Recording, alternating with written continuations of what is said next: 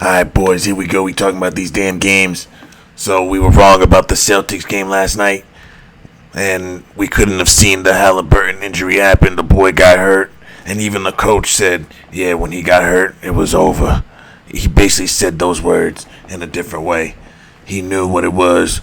So either Halliburton got injured, or he got told to get sniped, and to pretend, and to dog it, and to let Siakam be the number one guy. Because we all know if Siakam's your number one guy, it's over. You don't have a chance in the world. How the hell is this man going to be your number one guy? Boston's basically saying we're going to let Siakam beat us and no one else. If that's the case, the series is over. If their head coach is just going to lay down the Pacers, Rick Carlisle, if you're going to lay down, boy, then just mail it in right now. Don't keep us watching these terrible games, because last night was a boring game to watch. I stopped watching in the third quarter, in the beginning of it, because I knew it was just going to be a boring ending. And I knew once Halliburton's over, or hurt, it's over. It's really easy to see. The brother only gave 10 points. If he's himself, they win this game. If he gives you 30, they win. Neesmith gives you 9. You only get 9 from Turner.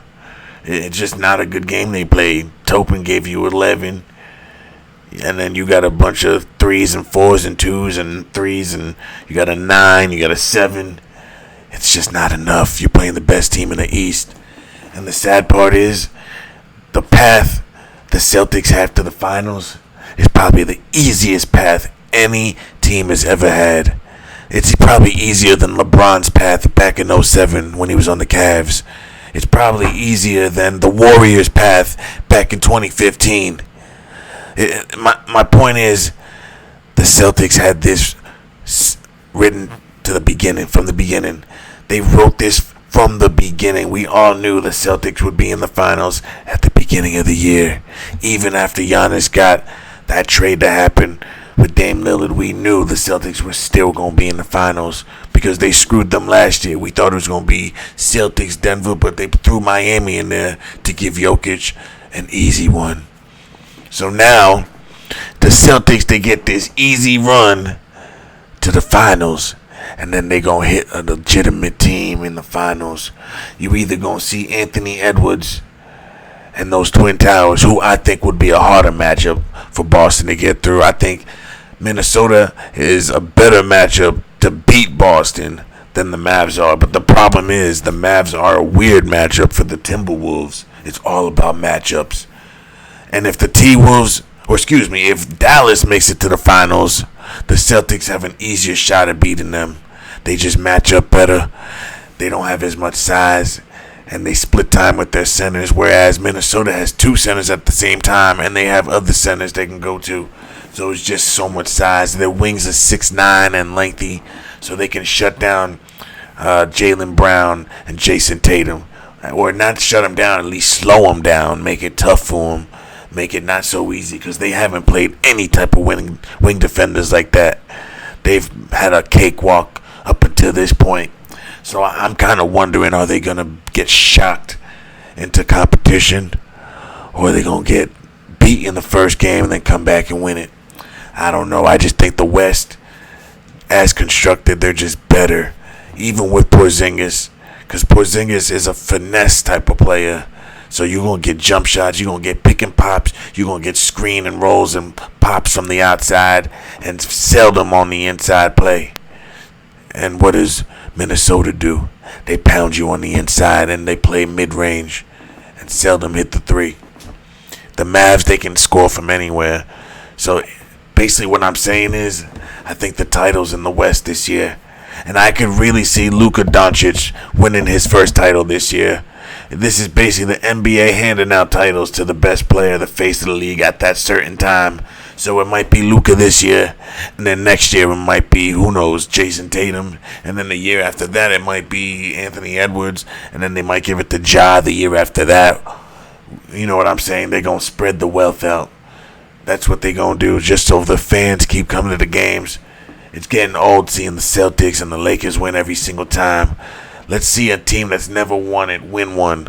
Let's see every franchise win a championship so every fan is happy and keeps paying and keeps thinking this shit is real. I know what they're doing, guys. We're getting out ahead of it. We got to steal the money. These boys only made 11 3-pointers, and they only took 16 free throws, but they shot 50% from the field, which is good, but they just didn't make enough free throws or 3-pointers to beat the best team in the East. You have to be at your best. If you're not at your best, just pack it and mail it in, because we don't want to see it no more. Now, Boston, they shot 53%, and they made 15 3-pointers. They shot 37 3-pointers, guys. That's a hell of a lot of 3-pointers to be throwing up there. And then they took only 20 free throws. Decent. They could do better. Last game, they shot damn near 30. That's the damn near 10-point difference.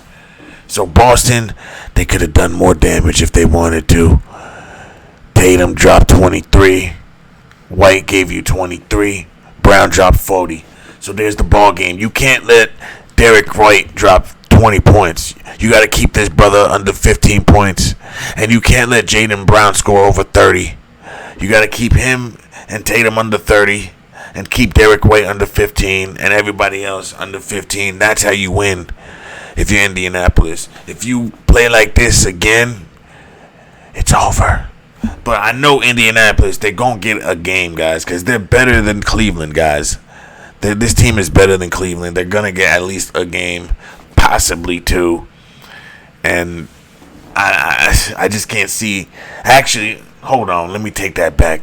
If Halliburton is injured, they ain't getting the game, guys. It's going to be over in 4. If Halliburton comes back miraculously and he's himself, this team is getting at least a game or two. I promise you that. But it all hinges upon his injury or lack thereof. So we all got to watch out for that. I'm not going to be on it like that, so y'all got to watch and see Halliburton. Check his update before the game, because I'm not going to be doing it. I'm going to be too busy. So that's going to basically tell you what's going to happen. If this brother is hurt, or even if he's questionable and is playing at 80%, this Pacer team, they don't have a chance. They really don't. You're asking the brother to do too much on one leg. So that's just the way that goes. We're going to call the game out tomorrow. Tonight, we got the Mavericks versus the T-Wolves. And we had the T-Wolves winning game 1. And boy, did they ever win game 1. They handled their business. They did what they had to do. And I'm proud of those brothers. I knew they would do it. It was just too much hype on Minnesota for them to win that game. But not saying that the series is over. I'm just saying they won a game. They did a good job that one game. And they handled their business. That's all I'm saying. Now, Minnesota, they're favored by 5.5 this game. I think they were favored by 3.5 last game. Now, this game, I think Minnesota's going to get this one, though. And they should. When you're at home, you got to win a game. So I think Dallas might come out ahead. And then Minnesota will come back late and take it. Either way, I think Minnesota gets it done. Dallas will probably cover this spread. It'll probably be a 2-3-point game again. I see this series being tight every game, and it going 7 games. I think they're going to keep swapping games. I really see that. And then the game 7, we're going to call that out when it happens. But this series, it's basically they're going to be beating each other up, and then Boston's going to have a 4-game sweep, possibly a 5-game, and be chilling, waiting, and get struck. And I mean shocked into a team that really knows how to play some ball. A legitimate team. A team that they don't really see that much, because they don't see Western Conference teams that much. They see those Eastern Conference teams, those shitty teams, and they beat up on them. You ain't going to beat up on neither one of these teams. Especially because both of the faces of the league are on those teams. I think the title is in Minnesota or in Dallas this year. That's the way it's going to be. Most likely it's going to be Luka's title, because you got to remember Kyrie has won.